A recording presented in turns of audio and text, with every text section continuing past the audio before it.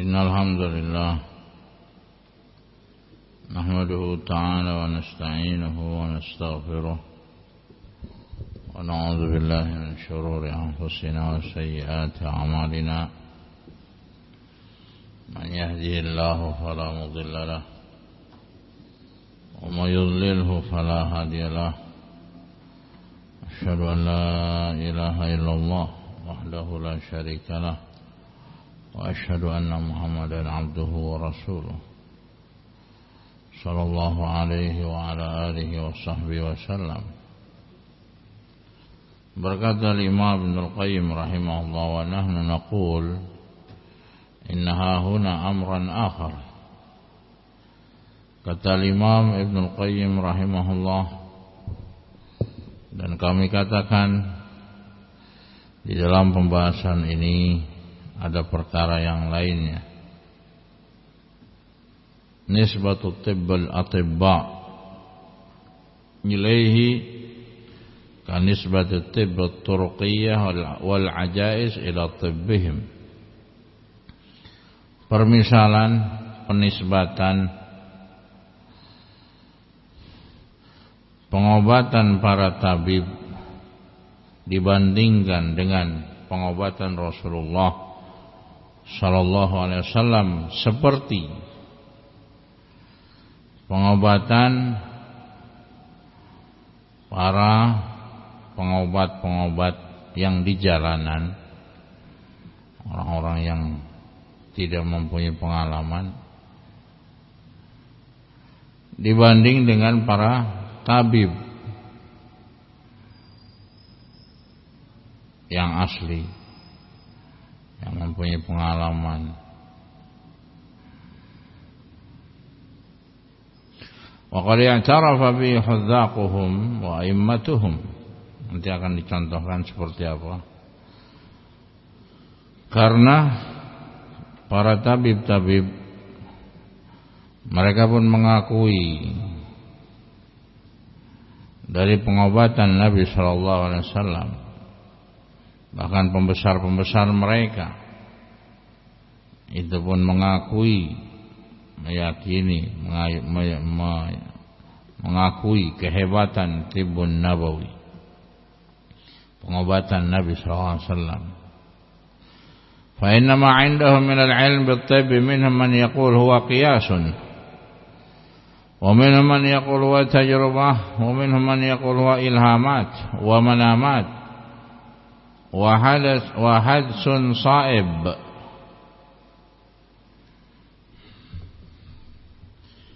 Karena di antara mereka, kata Imam Ibnul Qayyim rahimahullah,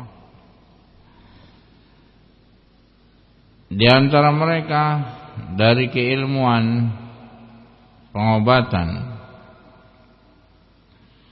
yang mereka praktekkan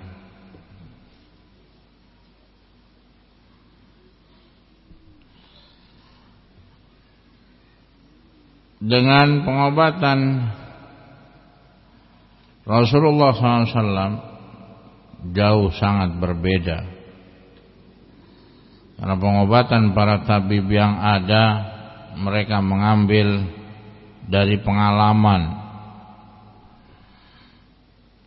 Sehingga gak heran kalau pengobatan dari negeri Cina, karena pengalaman sakit ini dikasih ini, sakit ini dikasih ini. Ada yang sehat, ada yang mati. Kan pengalaman namanya juga. Sehingga ketika meninggal mati ya namanya pengalaman. Nah, sehingga ketika perang misalkan ketusuk panah, tembak panah, ternyata kok sembuh. Kena panah sakitnya sembuh. Harusnya kan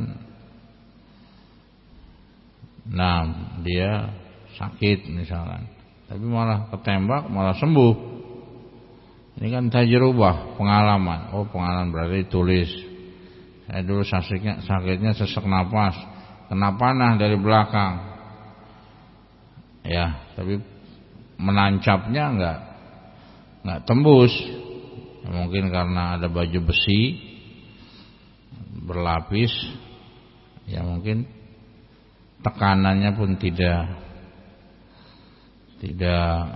dalam dan tidak tembus kulit. Ya mungkin kena kulit, tapi pas titik yang bisa menyembuhkan. Ini kan dicatat. Ini namanya pengalaman. Ya, ini pengalaman dicatat oleh mereka. Ya, para tabib, baik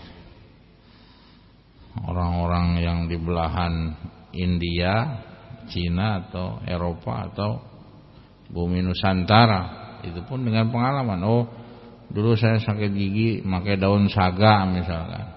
Sakit gigi saya malah minum daun teh pahit asli udah dijemur, loh kok sembuh? Ya, sembuh sakit gigi minum itu.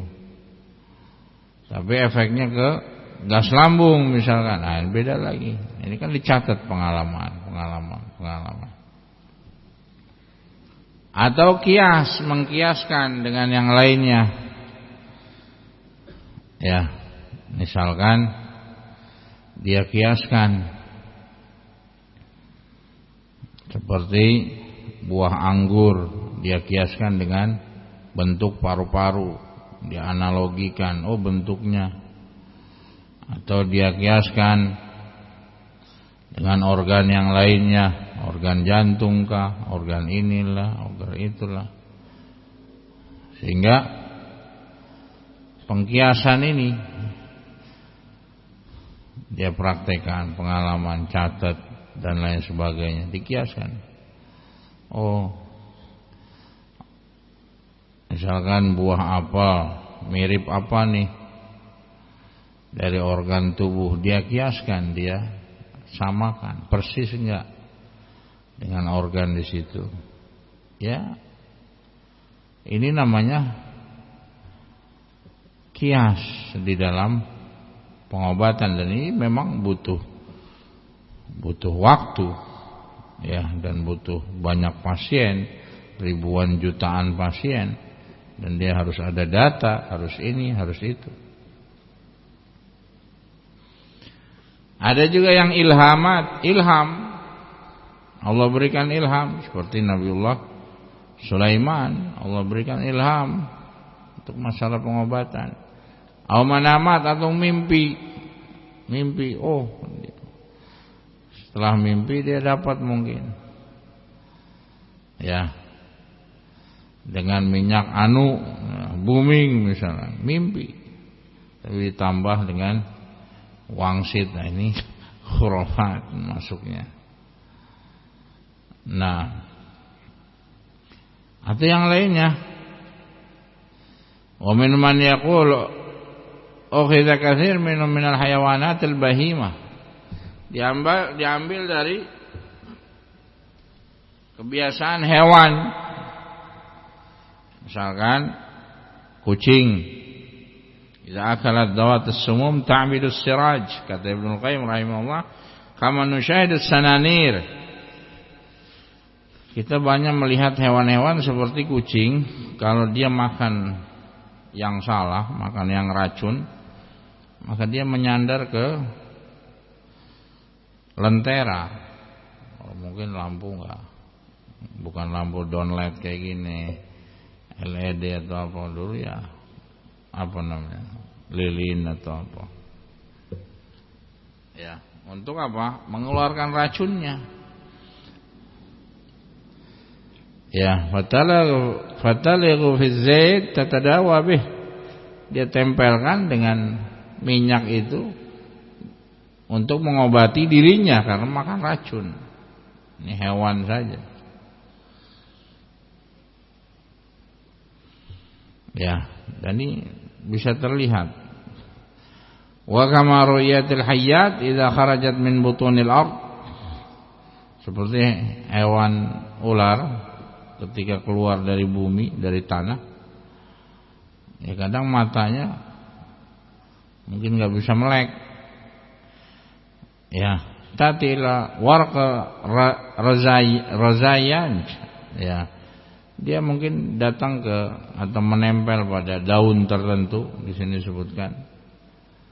Fatumirru uyunaha 'alaiha, ditempelkan matanya. Ini hewan saja punya insting, punya naluri kesembuhan seperti itu. Ya. Wa kama uhida min at-tayr alladhi yahtaqin bima'il bahr 'inda inhibas tab'ihi.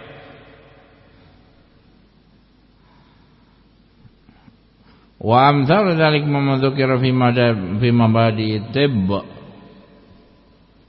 Atau seperti burung, ya, dia masuk nyelupkan dirinya ke lautan untuk menyegarkan tubuhnya misalkan. Ini kan semua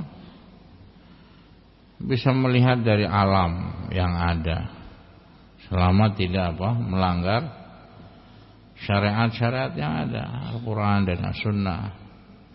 Ini semua sudah Allah ajarkan, sebagaimana Nabiullah Adam Allah ajarkan nama-nama. Wa 'allama Adamal asma'a kullaha.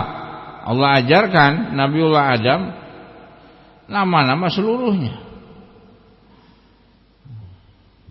Nah, mudahnya saja misalkan anak kecil atau kita orang dewasa misalkan sudah lapar, dia akan mencari apa?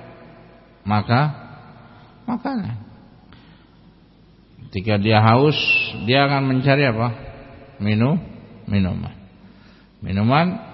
makanan, macam-macam. Ketika dia haus tapi dingin badannya, berarti dia butuh apa? Minum yang hangat apa yang dingin? Hangat. Ini naluri pengobatan pada diri manusia sudah ada, kecuali yang tidak sehat, kecuali yang keluar dari batas normal.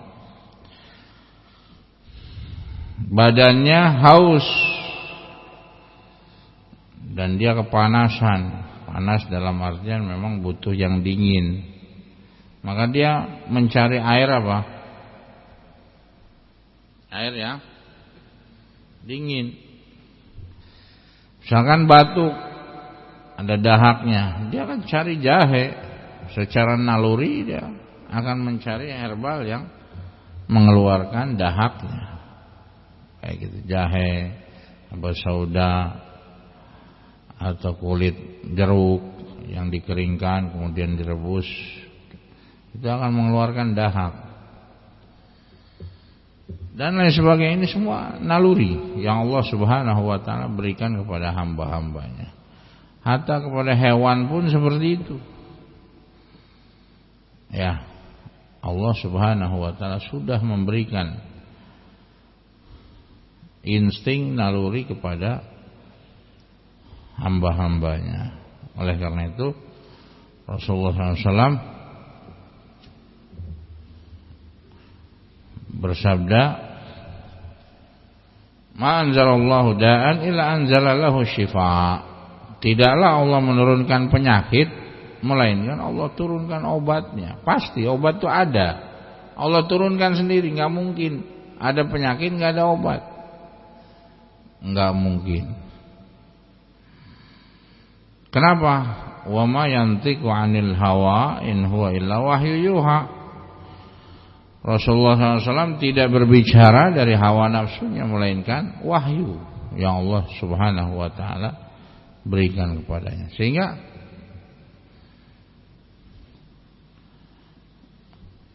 bagi seorang tabib, dia harus mengimani ini. Lah kok dia fulan sakit kok meninggal, ya mungkin sudah ajalnya, atau mungkin kamu belum tahu obatnya. Karena pada prinsipnya Allah Subhanahu wa taala menurunkan penyakit pasti ada penawarnya. Enggak akan jauh-jauh. Enggak mungkin, ya mungkin bisa aja. jauh. Tapi biasanya Allah mudahkan. Allah enggak pernah mempersulit hambanya. Sakitnya apa sih? Jantung misalkan. Jantungnya kenapa? Ya kan paling mudah untuk jantung misalkan ada bawang putih, ada kunyit. Ya. Ada apa lagi? Nah, kalau penyumbatan jantung biasanya dari pola makan yang santan-santan, yang lemak-lemak. Intinya dikeluarkan penyumbatan itu. Kan mudah sebenarnya. Gak mungkin dia harus ke gunung Himalaya ngambil garam, keburu mati orang. Allah Subhanahu wa taala enggak ngasih, tidak memberikan ujian yang dia tidak mampu. La yukallifullahu nafsan illa wus'aha. Allah Subhanahu wa taala maha sayang terhadap hamba-hambanya. Akan tapi masalahnya alimahu man alimahu wa jahilahu man jahilah. Enggak mungkin dia sakit sakit A enggak ada di sekeliling dia, pasti ada.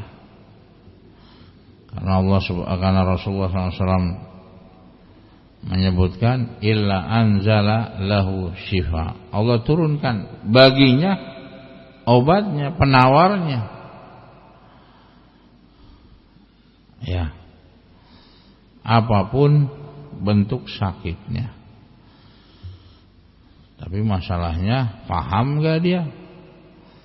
Masalahnya dia tahu enggak? Masalahnya dia mengerti tidak? Ini kan butuh ilmu, butuh belajar, butuh bertanya. Ya. Nah,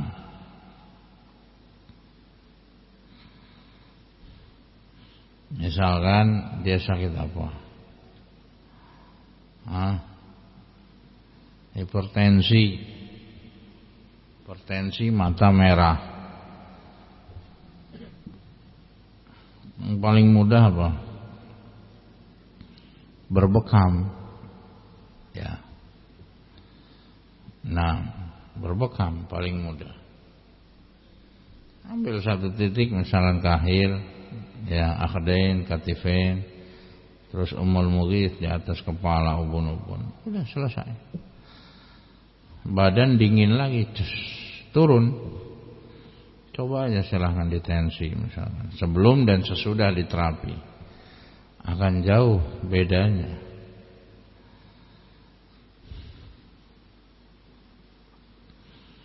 Nah, dan ini banyak sekali keajaiban-keajaiban yang nanti akan disebutkan, perbandingan antara pengobatan para tabib di masanya dengan pengobatan Rasul sallallahu alaihi wasallam. Dia sudah minum ini, minum itu, terapi sudah sekian tahun enggak sembuh-sembuh. Ternyata hanya satu obatnya. Apa kata Rasulullah SAW? Ada obatnya apa? Disuruh bersedekah. Ya. Kenapa sedekah? Karena di antara terapi tibun nabawi itu bukan sekedar mengkiaskan dengan tumbuh-tumbuhan, kembali ke alam saja, bukan, tetapi kembalinya kepada Allah Subhanahu wa taala. Karena yang menurunkan penyakit Allah. Ya. Dan keajaiban-keajaiban itu ada banyak. Yang ini tidak bisa ditandingi dengan para tabib-tabib yang lainnya. Tersohor sekalipun, oh ini sudah dipijit, di akupuntur, di herbal, di ini enggak sembuh-sembuh. Oh mungkin dia punya sangkut paut dengan fulan ada hutang atau menzalimi fulan, ya dihalalkan, dimaafkan, dia banyak sedekah, sembuh sendiri, selesai. Nah, dan ini banyak sekali yang seperti ini, keajaiban seperti ini. Kembali kepada Allah, karena yang menurunkan penyakit adalah Allah, yang mencabutnya, yang menghilangkan penyakit juga Allah Subhanahu wa ta'ala. Tentunya Allah Subhanahu wa ta'ala memerintahkan kepada kita juga akhdul asbab, mengambil sebab.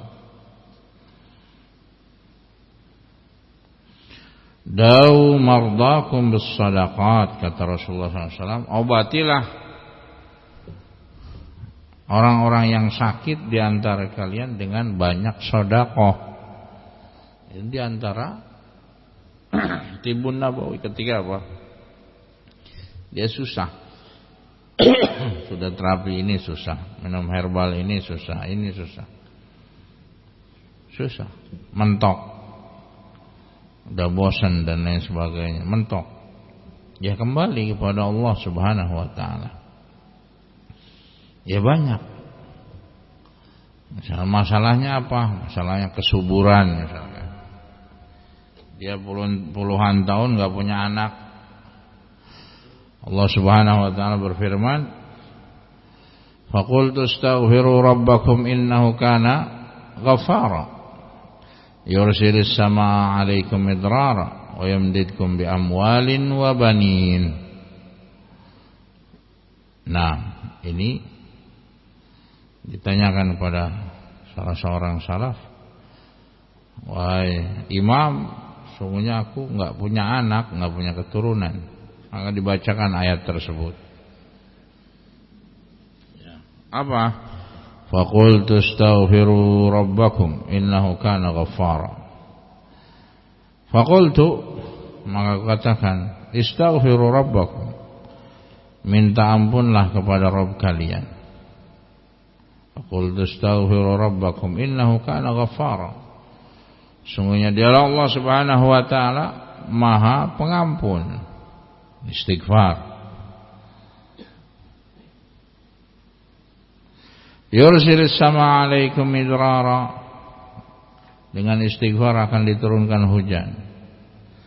Wa yumdidkum bi amwalin, dan Allah bantu kalian. Madda ya mudah. Imdad, berikan bantuan. Bantuannya bukan 1 juta 2 juta, atau bukan UMR. Allah berikan bantuan yang tak terhingga. Wa yumdidkum bi amwal. Amwal bentuknya jamak, bukan bimalin, bentuknya jamak. Amwal banyak, harta yang banyak.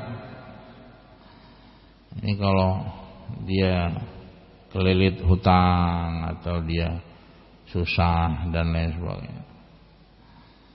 Bi amwalin wa banin, dan Allah berikan kalian anak. Ini kan apa tadi? Resepnya apa tadi? Maka jahe atau maka apa? Bukan. Kembali kepada Allah Subhanahu wa ta'ala. Itu resepnya. Wa qultu astaghfiru rabbakum innahu kana ghaffara.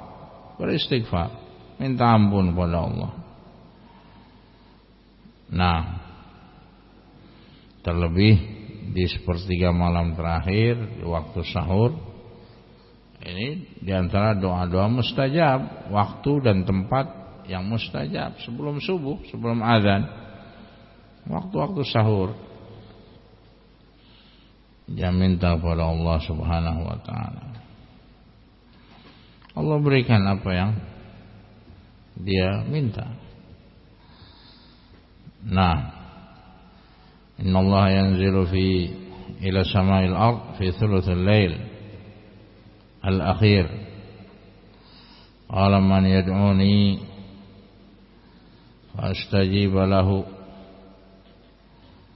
Nah, Allah Subhanahu wa ta'ala turun pada sepertiga malam terakhir ke langit dunia.